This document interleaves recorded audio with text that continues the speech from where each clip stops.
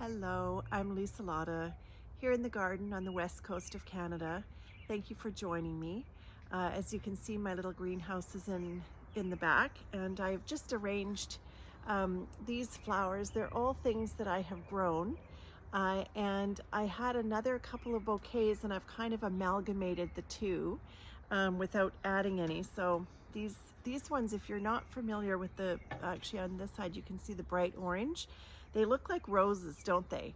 But they're ranunculus. And so I started these in the greenhouse behind me, and then they have been growing in the hoop house, which is behind the camera over here. And that's where I picked them a few days ago and have been enjoying them ever since. And you know, I have this notion that by coming on here, I could be adding to the conversation about creativity and about connection, and the connections that we make through creativity, whether it's with one another or with ourselves. That's kind of really what I'm all about, actually, is helping women find connection through creativity. And so this part of my series is kind of in an offering in service to that, if it can be helpful in some way. So there are lots of things that are coming up in my garden, literally, lots of events too, that I'm super excited about.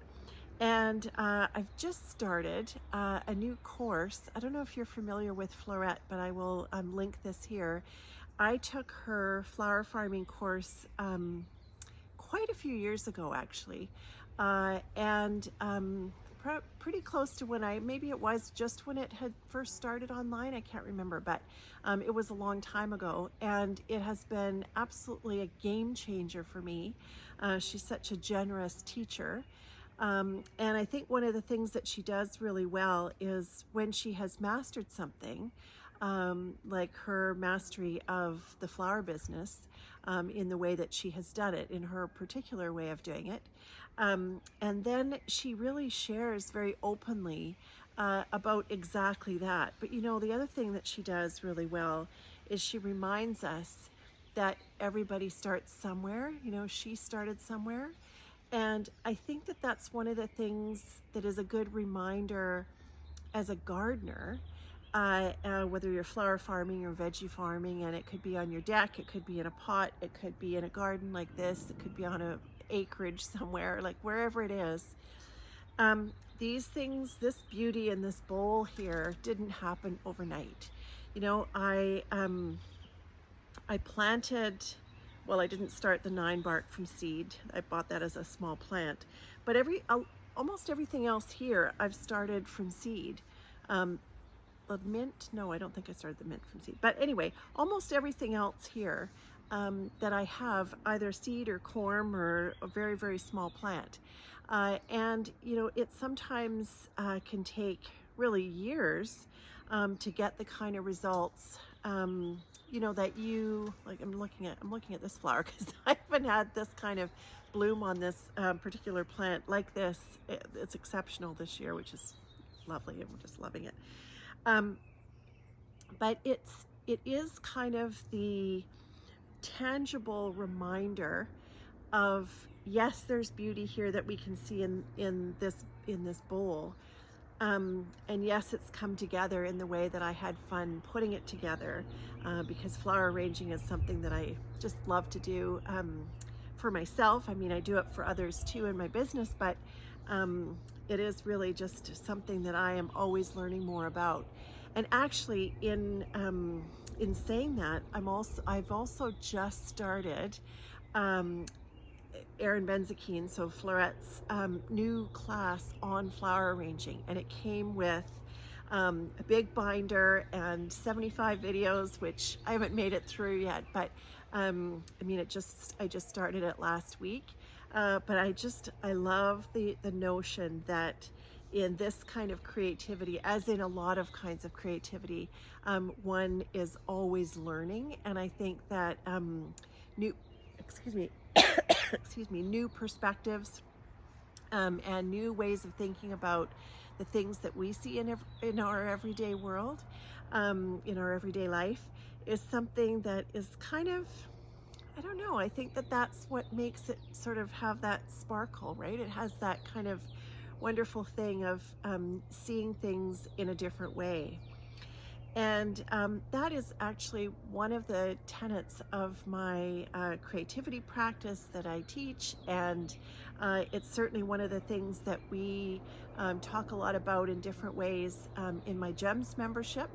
And by the way, if you're not familiar with it, it stands for Gathering Experiences That Are Meaningful, and it's for women who want to be more connected through creativity. And I have really seen that, like last month. So I send out a prompt in an email for the first 3 weeks of the month, and it could be a video, it could be something written, it could be something to notice, it could be any of those things, very simple. And meant to be that you can take it along with you in however busy your life is that week, that month, whatever stage you're in. And you can do as much or as little as you wish. It's completely in that way, a choose your own adventure.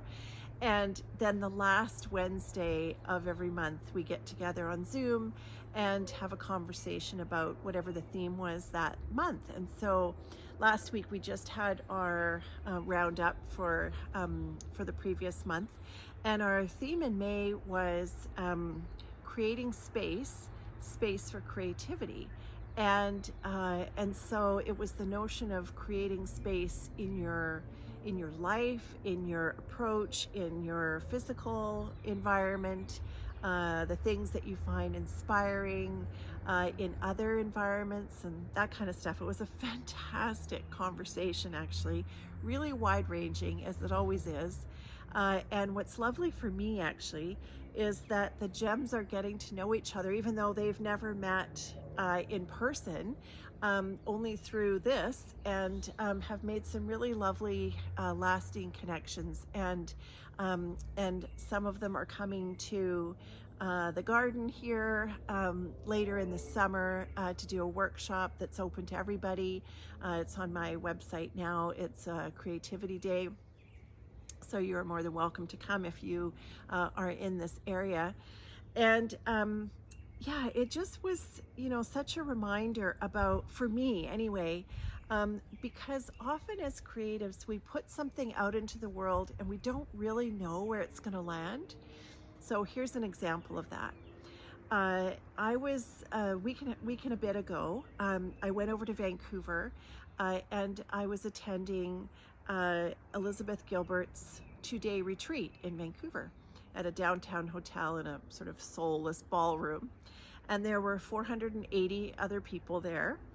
And so I purposely went by myself because I wanted to meet other people. And so I went, and I purposely went early so that I'd be standing around and maybe that would be a chance to meet some other people and stuff, which it was. And everybody was super just lovely to talk to and open to meeting one another. People were from all over. People were from Saskatchewan and Las Vegas and Southern California and the island here and all over Vancouver. It was cool. And anyway, and so the first person that I was chatting with, she is Canadian, and during the writer's strike, she works somehow in in that sort of entertainment world. And so during the writer's strike, she had time off that summer, which typically she doesn't have. And so she described how she went to this particular island, and then she had said we were talking, and I said about my cyanotype. And she said, "Oh, is that like this?" And she pulls this little journal with a cyanotype on the outside cover. And she said, I got this on this island at this market. And I went, "That's my friend Marita. That's her work." And so, and she bought 2 books of Marita's. And one of them she had taken to a different workshop. I think it was somewhere in Spain, actually. And then the second one she was bringing to this, because we were to bring a pencil and a journal to this 2-day event. And anyway, so I thought, oh, that's really neat. And I said, I will for sure tell her, because, you know, so often if you're at a craft fair or something and you sell your work, you don't really know where it goes or who it reaches or anything. And so that was kind of fun. And I mean, I've had that a sort of experience with that too, like where people have come back after like the next year or whatever, and they have told me that the cards that they bought, you know, went to Montreal or went to, you know, that kind of stuff, and where they went to, and so that's pretty cool. And so I've appreciated that. But anyway, so that was the first thing. Then I had paid extra money so that I could sit at the front, so that I was not kind of in all of the, like, you know, as people are moving around and whatever. I wanted to be really, really present. Hey, Lils, do you want to be really, really present? And so I sat right at the front, and they were round tables, probably 10 people at the table.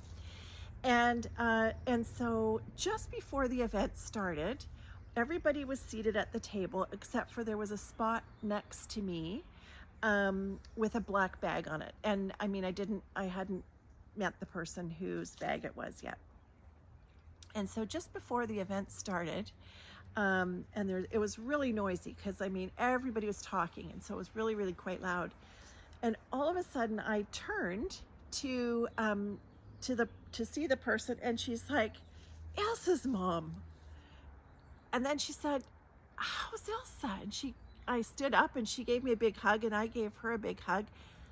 And I was so kind of shocked because I had to say in that moment at the front of the room in this place, I lost her to a brain aneurysm. And the last time I had seen this person was probably, I was thinking maybe 15 or 16 years ago, when she ran past our house because we're on the marathon route. And I was cheering for her, and she was in the marathon. We cheered her on the one way, and then we're on the part of the marathon route that goes there and back. And I cheered her on the way back, and that's probably the last time I saw her. And so it was lovely to see her. And we've kind of connected again, and our kids are, you know, grown, and you know, our girls, Ilsa and her daughter used to have play dates, and her daughter was in my Girl Guide unit and so on. So it was really lovely, but it was kind of surprising, I have to say, shocking almost, really. And yeah, so that was kind of how that whole thing started. And then we really got into starting the session with Elizabeth Gilbert, and it was absolutely wonderful. It was really wonderful, and it was a very focused couple of days, and it really talked about, through Big Magic, which is her book about creativity, and so we talked about themes, everything from fear to enchantment to all, you know, kind of all of the things that underpin why people are afraid to be creative, or why they're blocked in their creativity. And yeah, so it was really good learning. It was really interesting, but I must say that I did find myself at the end of the day completely exhausted, because it was just such intense learning, I guess. And so I shared a lot about that in our GEMS call, and shared some of the things that I'd learned and so on. So that was good, and I'll talk more about that, you know, as I go along, and as I kind of integrate that learning into my practice. And one of the things that I don't think that I picked up on this from this session, but it was just something that has been on my mind, and it came up in this course as well, is that Erin Benzakein was talking about having part of your, you know, in this case, flower practice just for you, you know, having something that you make just for you, so that you are developing yourself and your capabilities with flowers and so on. And it is something that I have thought a lot about you know, just as one is a creative person and lives in a creative business, and all of the things that I'm doing are really creative, but it's often to be shared. And so it is really, I think, a reminder, anyway, a reminder of doing things that are just because, you know, just for the fun of it. And I'm using the word just very specifically. And I think that it kind of, if you are just starting out, it is something that I would encourage you to do. I would encourage you to try making something for you, whether or not you share it, it doesn't matter. And it could be, you know, writing a few lines at the beginning of the day, or it could be, you know, reusing some flowers from another event and kind of putting them together and in a color combination that you're not even almost sure of works, but you're just going to try it. And I think that that's sort of the essence, really, of living a creative life, is that sort of notion of the what if, right? What if, well, what if, let's just try it, you know, because maybe it really just will all work out, or maybe it doesn't actually matter. Like these other things that you're doing in your life are, you know, they really matter and they're important things and people need you and so on. But sometimes there are some things that are actually really important that you do for you. So that's what I'm going to kind of leave it at this week. And I'm going to show you, I'm setting up for a petal potluck here in the garden. And I'm hoping that the weather will hold. It's absolutely beautiful. It's supposed to be really good tomorrow, which is when this event is. And it's also my birthday next week. And I do love my birthday. And I do love the flowers that bloom on my birthday, and the roses this year, I'll show you some of them now, actually, as I'm just ending off, and Lily is finally getting comfortable, I think, on my astilbe, but anyway, never mind. And she likes to be right with me here, but there's not a ton of room. I mean, it's not a big space, it's a city lot, right? But anyway, we have a cozy time together, and I love having her here, and I'm really grateful that she's here, because she helps me remember really to be in the moment. And yeah, so it's exciting, and I'll show you some of the roses and the things that are blooming here in the garden, because it's you know, it is the time when all of those times that one bundles up and comes out in the rain and the cold, and you have the heat mat going in the greenhouse to try and get those little seedlings going, and you know, and you wonder if they will come up and all the things. Well, things are coming up, and good timing too, because we've got some events that I need the flowers for. So it's not a surprise that they've come up, but I mean, it's, you know, all of the things that kind of fall into place for all of it to happen, I'm always grateful for, let's say that. I might understand the science, but at the same time, one is grateful for all of these, you know, kinds of little wonders that are happening here in the garden, and the beauty that I want to share. And I hope that you have a wonderful day wherever you are. I would love to hear from you in the comments.